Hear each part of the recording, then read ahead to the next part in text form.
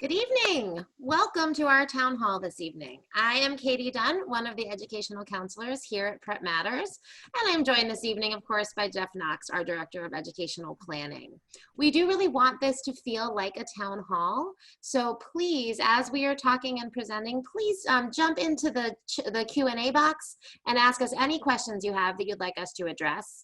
One of my favorite parts of the new Zoom world I live in is that you can also upvote or like a question that someone else has asked, so we can really know what's on the minds of all of our viewers. And with that, Jeff, why don't we get started? Yeah, tonight's topic will be extracurricular activities, how to think about them, how to plan for them, how to choose them. And it's often an important decision for students to make, high school students in this area, because they have limited time. You only can be in one place at any one time. There are only 24 hours in a day. I like to say I don't know many people who are busier than high school students, especially these days. And so deciding how you want to spend that time when you're not in class and you're not asleep is important. It's also an important life skill, of course, time management. I would also say, Jeff, that about 2/3 of the students who first meet with me, almost always one of the first things they say is they're worried about what decisions they should be making with their extracurriculars. I think there's a lot of sort of noise about this conversation in high school. Right, and I think there a lot of times there's a tension between how they want to spend their time and what they think will look good. And that's part of what we want to get to the heart of tonight, is how can you reconcile those two things, if those are the two things that are in your minds out there listening to us, but also just giving you some concrete advice on how to think about the categories of extracurriculars and some ideas on how you might take advantage of the options that are available at your school and also just outside of your school in your local community or through your personal networks.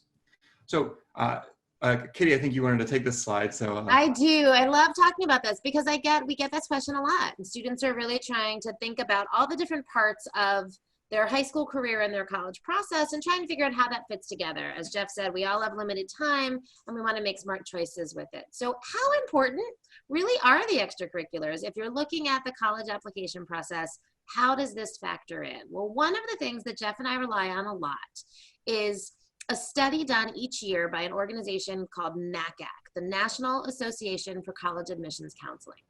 And what the NACAC does is it takes a survey of all of the colleges in the country and asks them exactly that question. There's a lot of parts of this application.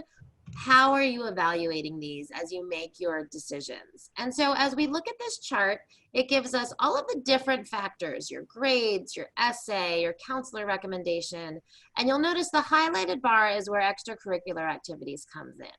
And we've sort of read into it for you that about half the schools, almost half the schools in the country of the top kind of 250 colleges place considerable to moderate importance on extracurriculars, which means they're paying attention.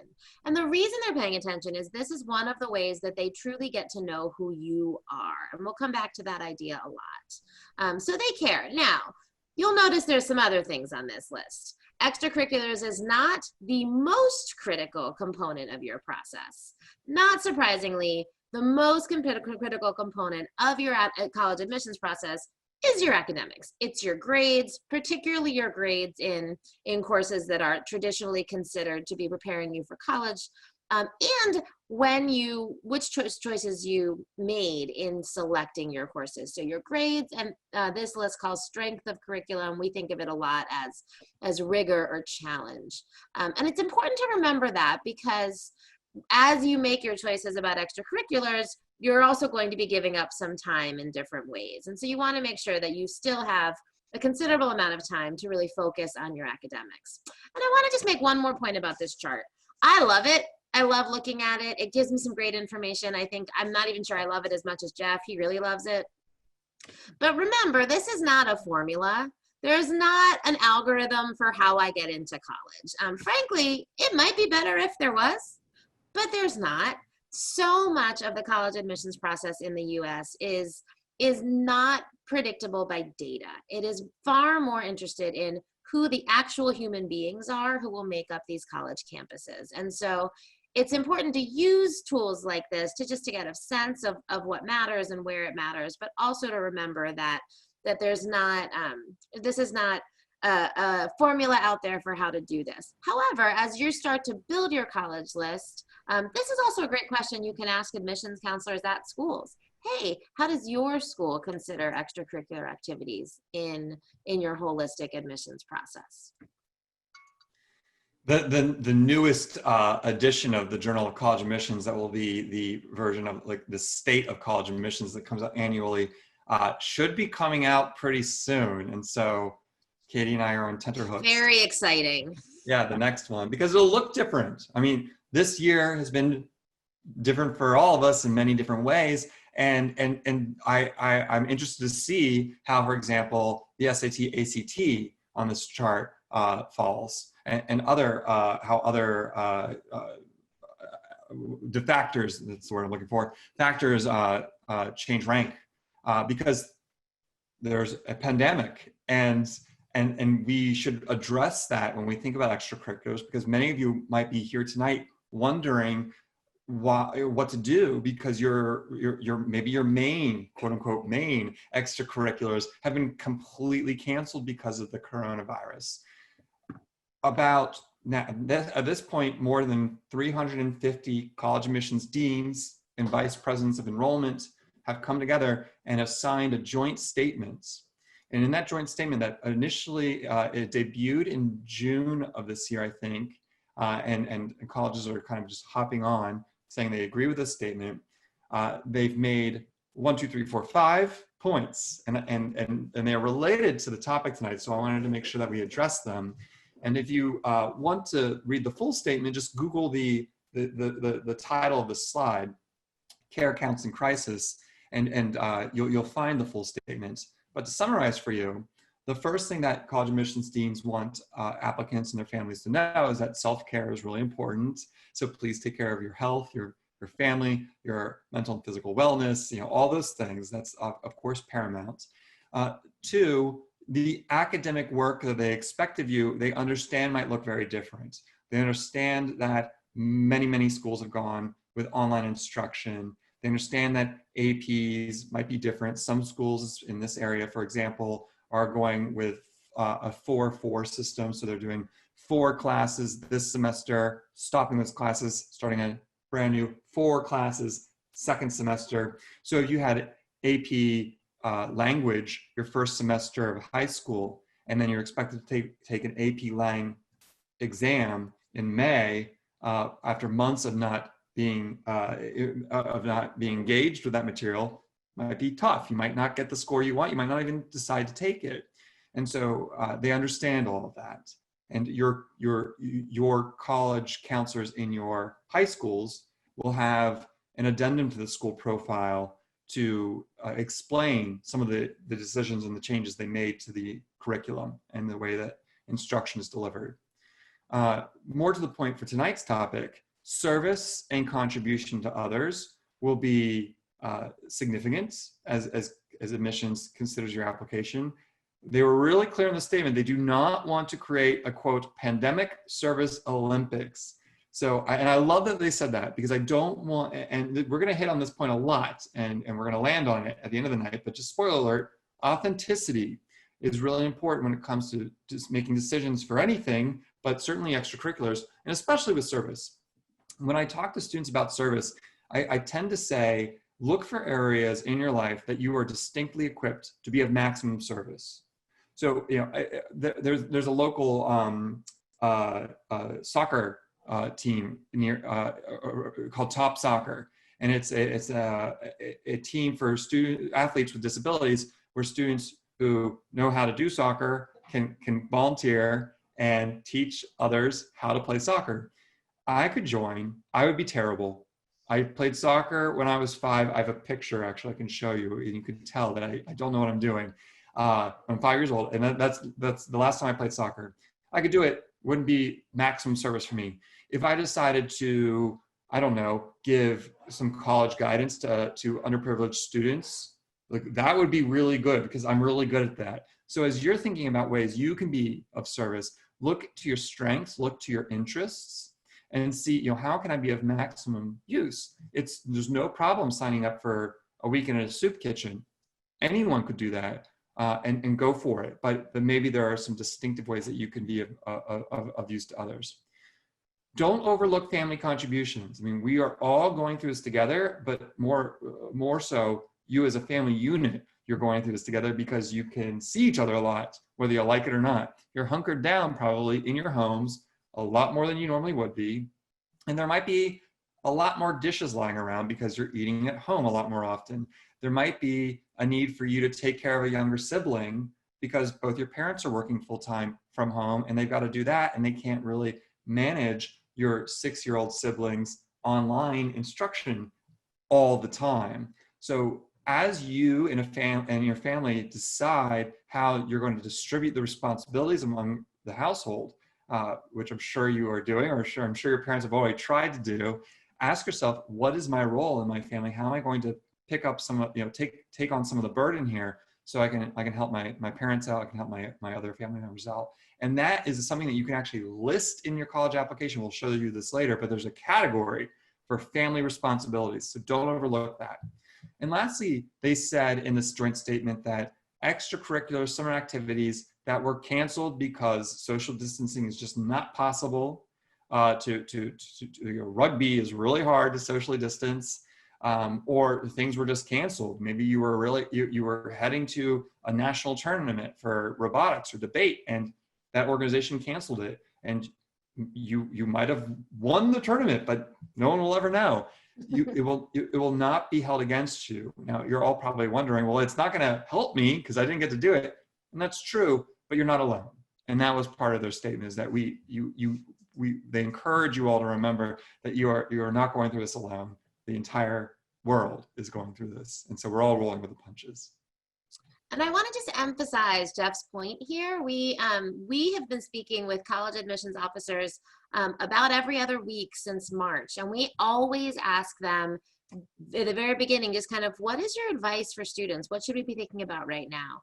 And every single time they lead with, take care of yourself, focus on your mental wellness, take a breath. We hear a lot of take a breath. It's okay. We all really could, we know that there are other things creating stress for us right now, and colleges want to make sure that you are able to focus on that. And so family responsibilities have always mattered. They've always been important in the college process. And this just maybe creates an opportunity for that to be even more significant. Personal self-care and mental wellness has always mattered in making choices in high school and making choices in college, but right now, maybe that's even a stronger call to us. We actually, at the end, we have a sort of little giveaway, a little opportunity that links with that idea. We want to just make sure that we are all, as we think about all the moving parts of college and making choices about what extracurriculars might be open to me right now, that first and foremost, we are helping each student really kind of own this process for themselves in a healthy and positive way as they navigate high school itself and then the college process. Yeah, Katy interviews a lot of admissions officers, and they almost always start with, think about what you can control and what you can't control. And remember, these statements we just reviewed, we didn't make this up. This is directly from college admissions deans and vice presidents of enrollment, more than 350 of them. So it's not just to make you feel better, even though we're glad that it might. This is what they're actually looking for and what they want you to know. So long ago, when, not that long ago, but long ago, when I was applying for colleges, and for quite some time, there was this buzzword that was really popular. You probably have heard of it, and it was well-roundedness. Colleges wanted well-rounded students. And the intention behind that was well-meaning, but it inadvertently created resume padding, meaning students heard well-rounded, meaning, oh, okay, I need to explore a lot of things, so let me just sign up for a lot of things so it looked like I explore a lot of things, and there's my well-roundedness. I've checked the box. I've got my athletics and my leadership and my service and this and that and that. And going back to the word authenticity, it made it hard for students to find the depth in the things that they were authentically interested in or authentically equipped to explore because they were overextended. And so now colleges are not looking for well-rounded students as much, though there's nothing wrong with being well-rounded if that's really how you want to authentically navigate your interests. But you're free to become what I like to say, what I like to call is a spiky student. So you're not well-rounded, you're spiky because you've identified maybe 2 or 3 interests, pursuits that you want to gain momentum in as a high school student, that you want to find depth with. And so it's not the number of activities that you have on your resume or your CV or your student activities list. It's the meaning, the authenticity, the depth that you've been able to the extent you can as a high school student, develop in that direction, in that momentum. So maybe you do bounce around from a lot of different activities because you do like to explore a lot of things, or you try something you don't like, you try something you don't like it. There's nothing wrong with that.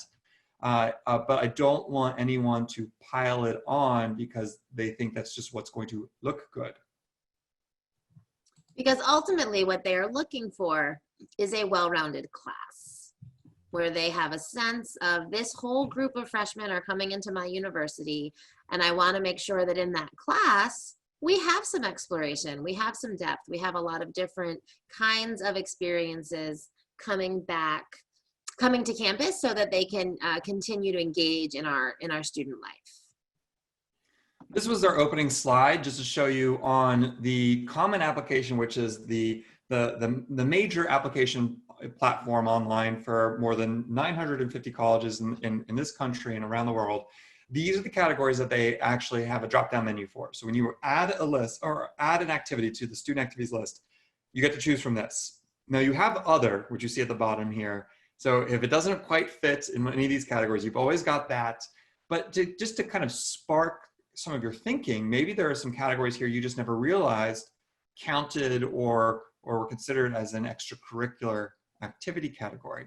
And we're going to give you some ways to think more critically about these categories. But we just wanted to give a little time for you to scan this list before we move on.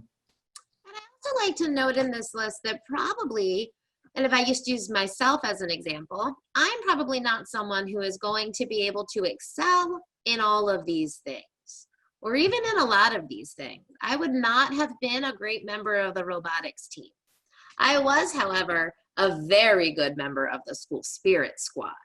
So it really does, this is one of the ways that I think colleges are trying very hard to remind you that you are most likely to be successful in something that you are naturally excited about, that you want to explore and you want to kind of learn more about. Also, please notice I didn't talk in my experience about the varsity athletics. Also not a thing that I was great at. I love partnering with Katy on these webinars because I learn something new every time. And I'd love to hear later more about your spirit experiences, Katy. I was more marching bands. That was my thing. That feels right. But I signed up for debate and percussion ensemble and a puppet show team and Model United Nations and German club. And oh gosh, I'd have to look back. I was the worst example of well-rounded, fake, pad my resume. We're well-rounded. I feel really strongly about this topic tonight. But marching band was my main thing. So thinking in terms of spikes, we're not talking about spikes identified by the precise activity. That could be the way you identify it. For example, soccer can be a spike, but maybe it's not the sport. Maybe you're not looking to be recruited for soccer to play, NCAA athletics, but maybe there's a part of your experience that's attached to soccer that's also attached to other experiences that's emerging as a spike. For example, leadership. Maybe you are a leader in your community or your school and you've found ways to lead others in a number of ways, right? Leadership does not mean you have a title, president, co-leader, whatever. Sometimes you can emerge as a leader through, well, I should say always, the only time you can emerge as a leader is through your action, and a title is not action. And so even though there might be a president and vice president, and you're a mere member, through the way you interact with others and mentor others in whatever organization or even formally, that might not be listed in the student activity, but it would come through in a letter of recommendation, or the way that you talk about it in an interview, or the way you write about it in a college application. So we're going to kind of dig into that concept of, it's not the name of the activity that's the spike necessarily. It could be a concept, and different activities and experiences in your life contribute to that spike. And part of what is important about that point, Jeff, I love that you brought it up, is so much of applying to college, so much of actually making the most of high school is about learning to understand yourself. It's about self-reflection. And so when you can take the time in the process of exploring your extracurricular activities to realize, or to have someone point out to you, this really isn't about basketball. This is about community. Right. You have this way of bringing community and teamwork to your basketball, but you're also bringing community and teamwork to your summer camp job and maybe to one of your classes. And so I think to try and think about, who am I and who will I be bringing to my college campus? That's actually a lot more interesting to an admissions officer than how many years of varsity volleyball I played.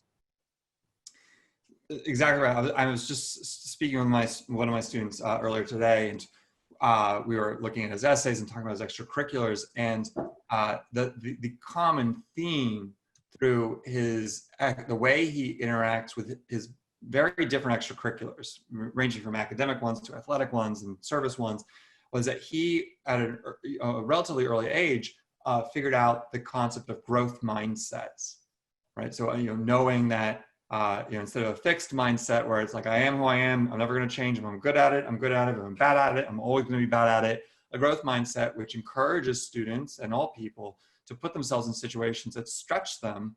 And yes, there's a possibility of failure. Yes, there's a possibility of discomfort. It's risky, but that's how you grow. And not only did he have that as a personal experience, but through his extracurriculars, he's been in positions, formally and informally, to share that revelation he had with others. And so that is the spike, and that is supported by his experiences in these particular extracurriculars where he's interacted with peers and younger students to essentially teach them that concept. So when admissions is trying to build a class, they're really building a community. And you've heard diversity as a buzzword probably already. And when admissions is building that community, of course they want a diverse community, because we can learn from each other, because we bring diverse backgrounds and experiences to a common community. And we wanted to point out that diversity truly, and this is straight from admissions officers, this is not something we just made up, truly can range in the way that admissions will think about it for a particular applicant. And so sometimes students will think about this list when they're going through the college essays, but it also is totally relevant to how you make decisions about your extracurriculars. When you look at this list, you might see some of the extracurriculars that you're interested in or thinking about directly tie to the different forms of diversity that admissions looks for. Similarly, they're looking to see what values you're bringing to campus. And values aren't only morals. They can range in kind. And your experience with robotics might inform how you think about your own grit and innovation. Your experience with your synagogue or church might inform your moral compass, your self-awareness, right? Your other-centeredness. So you can think about these different values and ask yourself, okay, which of these values do I hold dear? And then how do I spend my time in a way that helps me really understand why I hold these values so dearly? And my favorite one here, go ahead, Katie. I often have students think about that when they are thinking about a sport that they have given a lot of time to, particularly if I've been doing a sport for many, many years. It may not be something that I may not realize all of the ways in which it reflects my values and some of my characteristics. But I think, and I'll, most sports give us a lot of great things, right? We learn dedication, we learn resilience.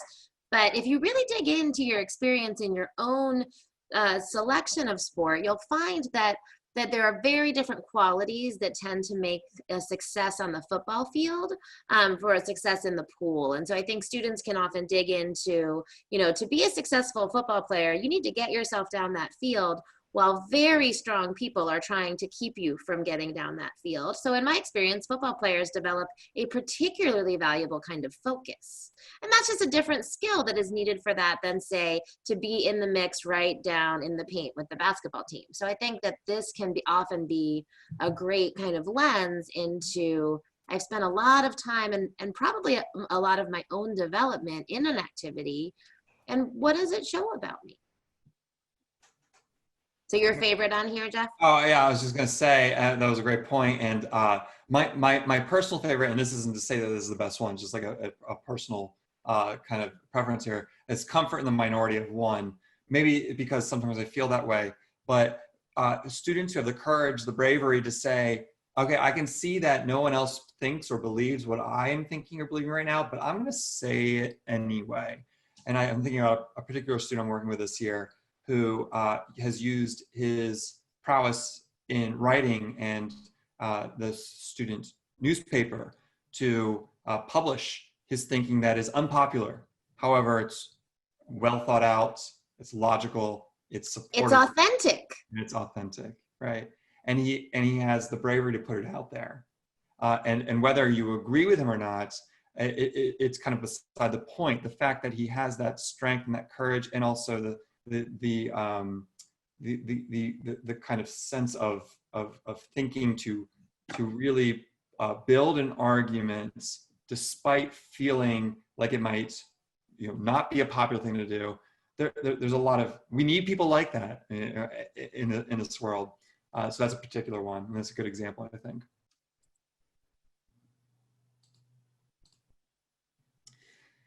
So we get a lot of questions about summer programs and how to spend the summer. And for the parents out there, you might be nodding your heads because it's like, oh, there's just such opportunity, there's so much time, and we don't want our child to spend their summers like Jeff did, which was, you know, a lot of at home alone watching television and literally making brownie batter and just eating it with a spoon. So you don't want that. That's right. You do want downtime. We do want students to get a little bit of time to recharge. We want families to have some time to recharge, and of course, you have vacations and all that good stuff. But there are a lot of opportunities. This summer was weird, and some opportunities were around, yeah, and some weren't, and we all get that. We're all optimistic that next summer will be like it kind of used to be, or if it can't, that the opportunities that used to exist will look different, but they'll be safe and appropriate, and the best they can be to the extent they can, whether it's virtual or socially distanced, or maybe there are brand new ideas that will emerge as we all navigate this pandemic together. But let's talk a little bit about the different kinds of typical activities that can happen in the summer, starting with university programs. And I'll start this one off, and then and Katy, if you and I can just kind of alternate after that. Sure. But there are a ton of summer programs out there, and they tend to be on university campuses. Sometimes the university hosts it itself, and sometimes there's an outside organization that is essentially just paying rent to the university and hosting on the university grounds, but it's an outside organization. And the vast majority of these programs are, I guess the phrase is on the screen. You pay and play. You pay and go. If you want to do it, you can do it. Just pay, and they can be expensive. And then send your student off for 1 week, 2 weeks, 3 weeks, whatever, and they'll get a great experience. And they come back and done. If there's a summer program that's on a particular college campus, you know, WashU has great summer programs. Brown has a really well-known, you know, a program, really robust program. Brown. They're not attractive to colleges because they're on the campus of that college. Brown is not going to be impressed that you spent 2 weeks tinkering with economic concepts on its campus. They realize that, you know, they have a lot of dorm space in the summer and a lot of other, you know, ways to make money in the summer, and that's at least one of the reasons why they've created these programs. However, what is valuable isn't the fact that you spent 2 weeks at Brown. when you were a high school student, but that you had a passion, you had an interest, and you went beyond the scope of your high school curriculum, beyond what was expected of you, to pursue it a little bit more, to dig into it a little bit more. And that would be valuable to any college who is wondering whether you have the momentum and the drive to really dig into the things that you find interesting. So that there is value there. There are a few programs out there that are truly selective and prestigious, and they do add value for the very sake of being admitted to them.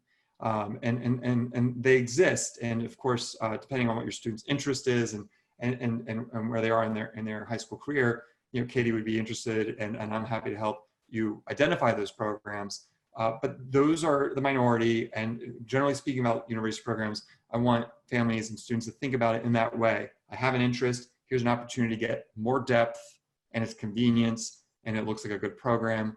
And we are good resources, and I'm sure so is your school, to kind of determine the difference between legitimate summer programs and maybe a glorified summer camp. Yep. And I think that's one of the questions, this is a great time to remind yourself that you do some research. A lot of these programs sound super exciting and super prestigious.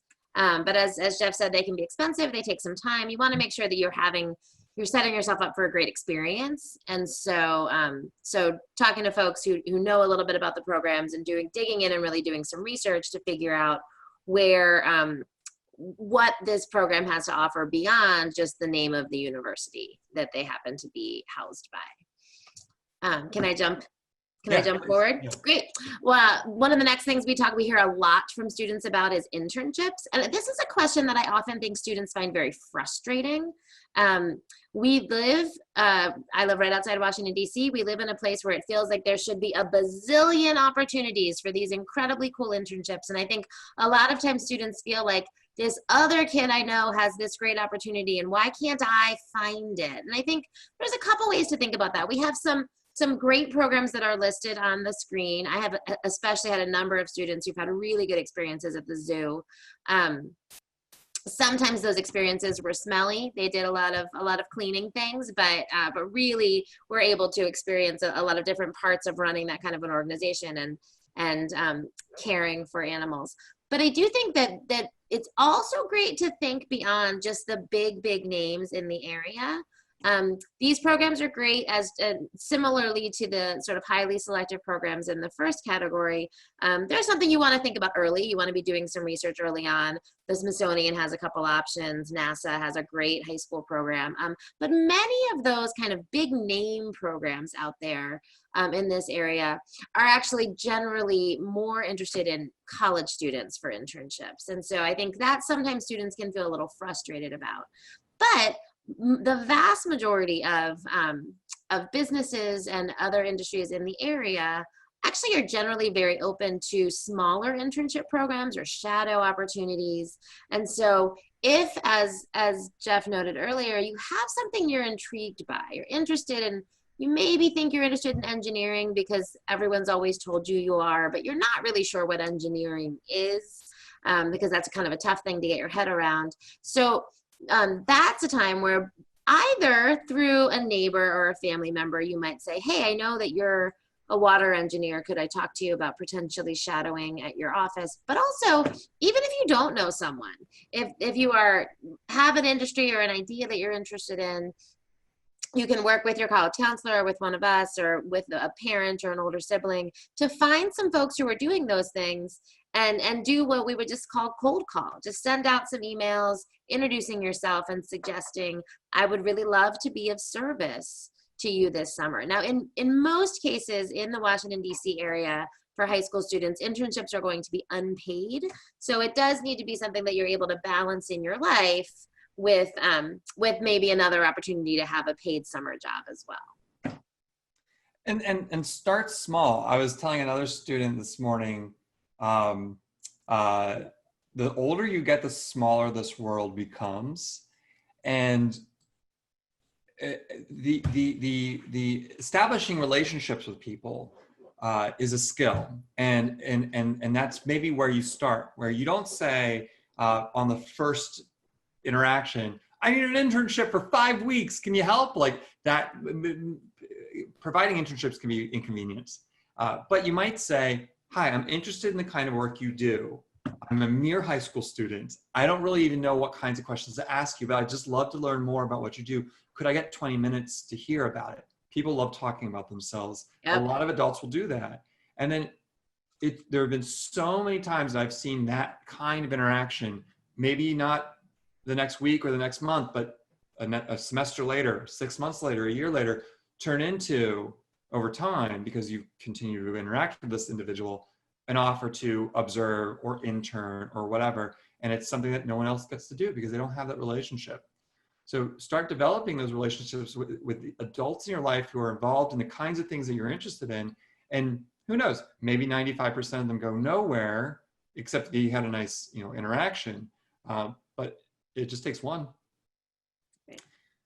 I'm going to bounce around a little bit and go with academic coursework. Summer programs can give you that academic experience, but sometimes there are either summer programs that provide college credit, or if you are so moved, you can look at local community colleges and look at their summer schedule and see, is there a course that you're interested in that's manageable and that you could sign up for? And usually even high school students can.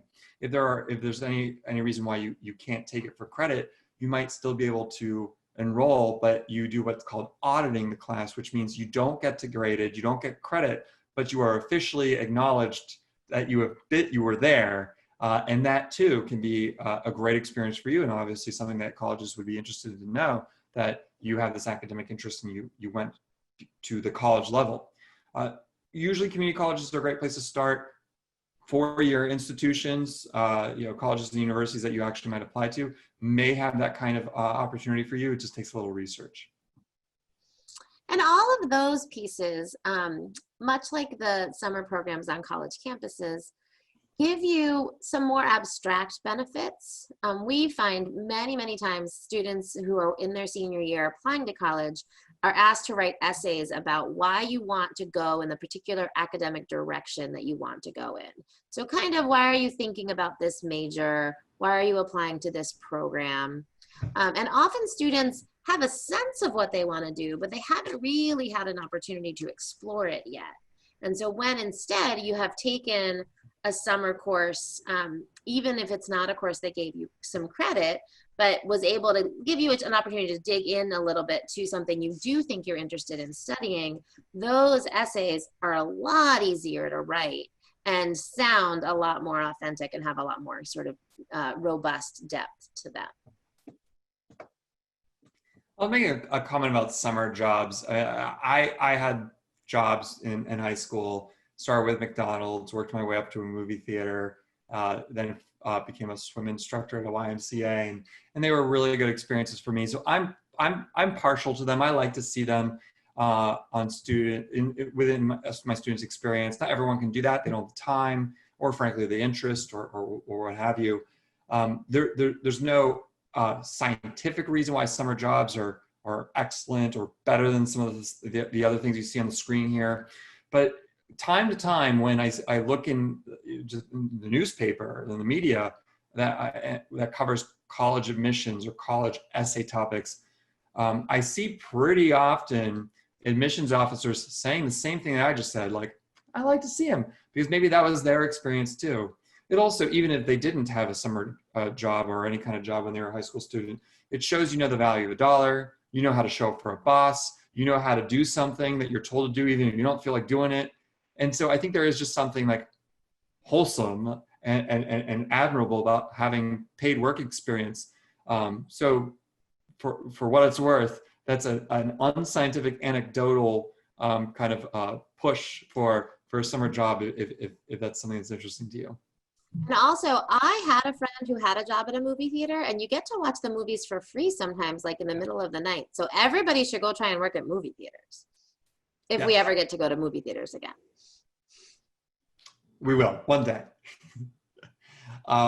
So the other things that you see on here, we talked about service opportunities. Independent projects is just a note that it doesn't have to be formal.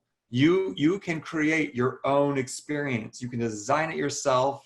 It could be art related, academic related, service related, whatever. But think in terms of your own agency and ownership.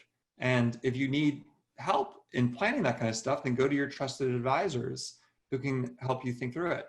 I have a wonderful student this year who is writing an essay about how he always liked music but hated piano lessons and didn't kind of know what to do with that quandary, and started teaching himself how to compose and then ultimately sort of create and record music entirely on YouTube.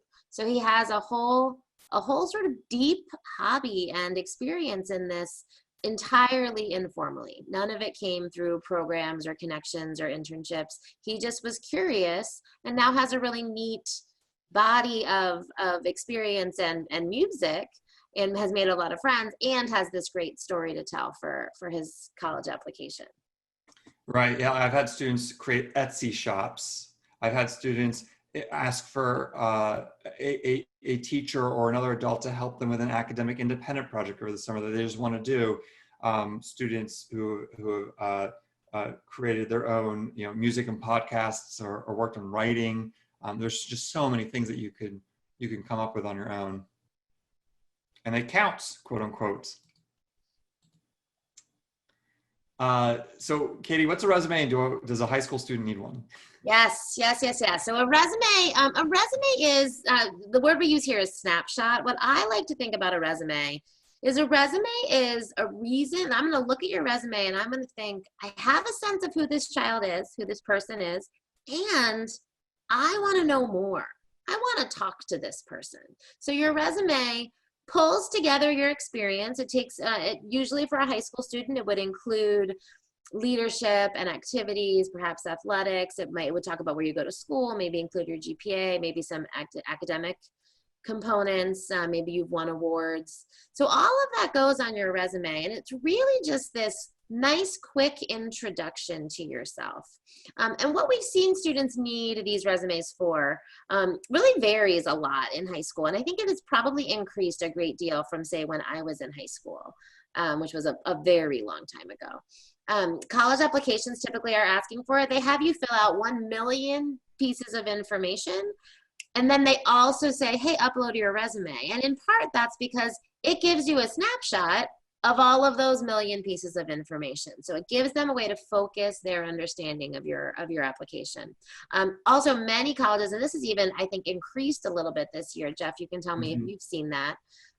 Many colleges and jobs and summer jobs are offering interviews. And so it's a little bit intimidating sometimes when you are applying to college and you are asked to email an alum of that university and set up a time to interview with them. And I find that it can be very helpful for the interviewer, but also very empowering for the student to be able to send that email and say, hey, I've attached my resume. So I understand interviews. I have a little bit of the adult presence of mind to give you an introduction to myself, to kind of ground our conversation. And then often the same goes for summer programs or for summer jobs. And then as Jeff points out here on the slide, this is just a skill. You need a resume for a million things for the rest of your life. So, and it's a pain. Every time you sit down to work on a resume, you have to remember what you've been doing. You have to think about what job you had. When did I do that internship? What should I call that program? So I highly recommend if you know this is coming, so you know you're going to need it when you're applying to college, even if you don't need it before then. So early on in high school, just start keeping a list. Just open up a Google Doc and throw everything in there, because you think you'll remember that you won that Scholar Athlete Award your freshman year. But I gotta tell you, you don't remember. A lot of those things you don't remember. And so it takes some time to dig through that memory. So starting early to just have a list. If you're listening to this podcast or to this webinar tonight and you are younger than high school, I've seen this be really valuable for middle school students as well. So just kind of keep a list going, and then as you get to where you'll need it, then you want to work with someone to help you format it and create kind of the most effective snapshot and sort of introduction to who you are. Yeah, I call a resume a living document. The one I have today started when I had like Windows 3.1 or whatever, and you just keep updating it and changing it and deleting and adding and all that over and over again for the rest of your life.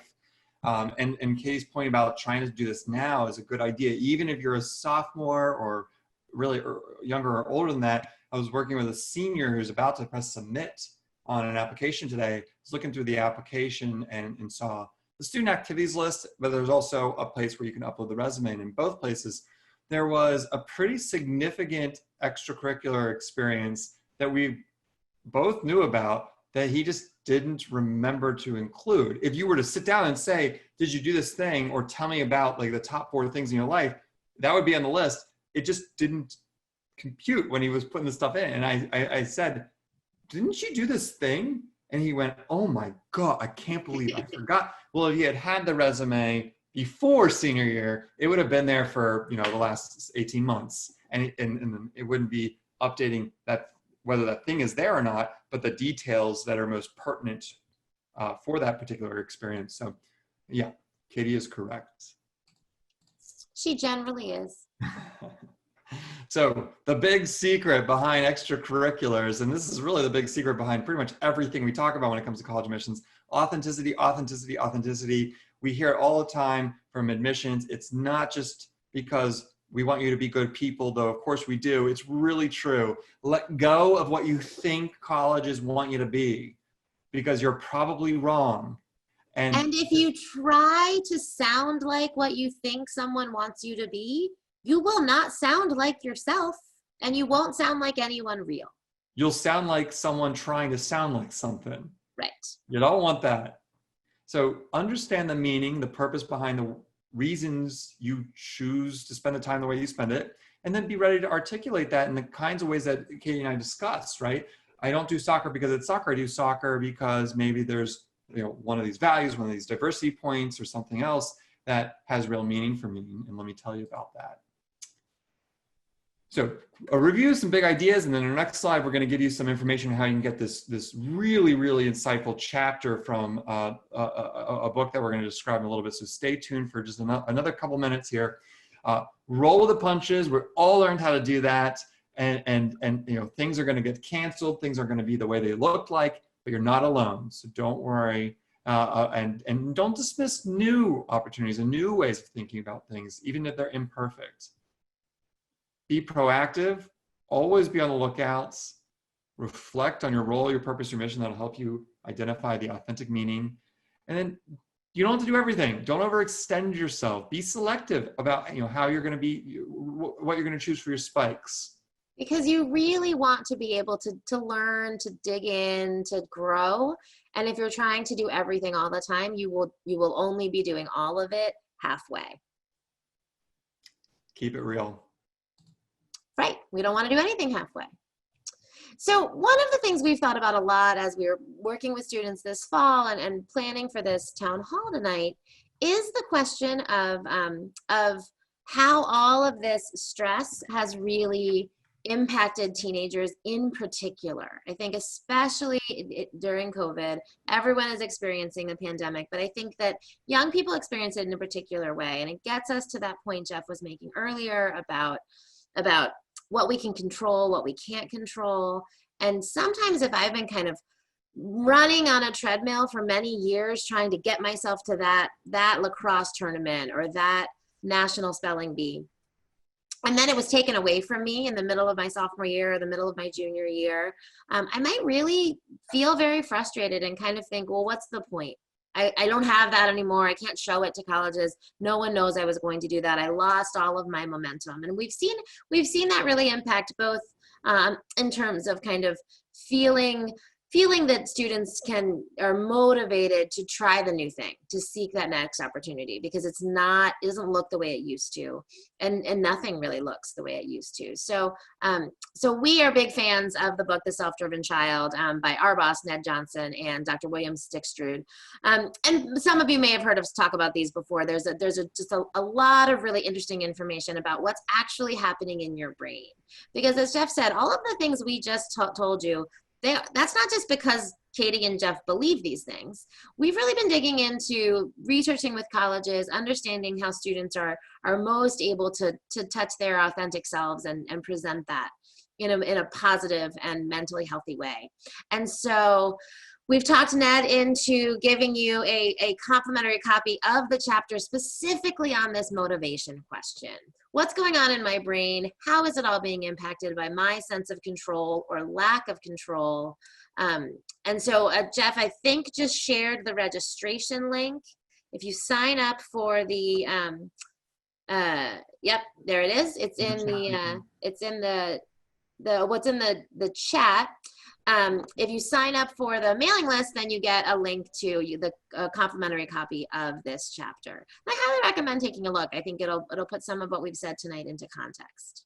And one of the points in the chapter that I think is really pertinent, not to give the whole chapter away, but just a little tidbit, is that when you allow yourself to pursue your authentic passions, right, and you're doing it because you just want to, you're training your brain, especially at this young age as an adolescent, in knowing what it's like, to pursue something, to stick with something, to do it even when you have other things that you have to handle, and you're that dopamine response that your brain gets used to. It helps you understand, helps your brain carry you through in other areas of your life when you need to stick with things. You need to know how to follow through, and the adolescent brain is rapidly developing. This is the time to be thinking about your brains, and parents, for you to be thinking about your child's brains, because they are going to continue to grow if they're boys until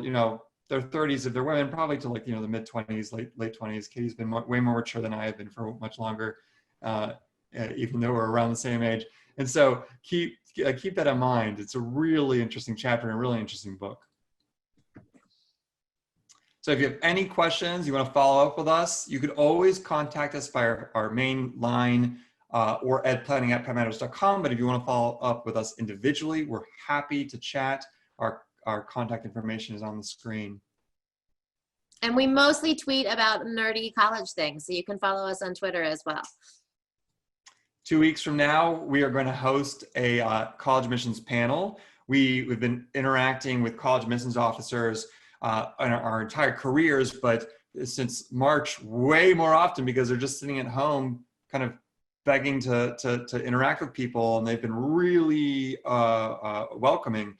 So come back and join us 2 weeks from tonight, and we will sit down with with a few of our college admissions friends and just talk about what's going on in college admissions, and is any of the stuff that Katy and Jeff that I've said tonight, is it true? Is it real? And if you have any questions in advance that you'd like us to think about for that panel, feel free to shoot us an email. And then of course on that night, we'll all just take questions from the audience, and the team will answer all those things we're wondering about this year. You'll automatically receive an email follow-up from this event to help you, to give you instructions on how to register for this next one in 2 weeks. Thank you everyone so much for joining us tonight. We wish you the very best. Good luck with your high school education and the college admissions process. Have a good evening. Have a great evening.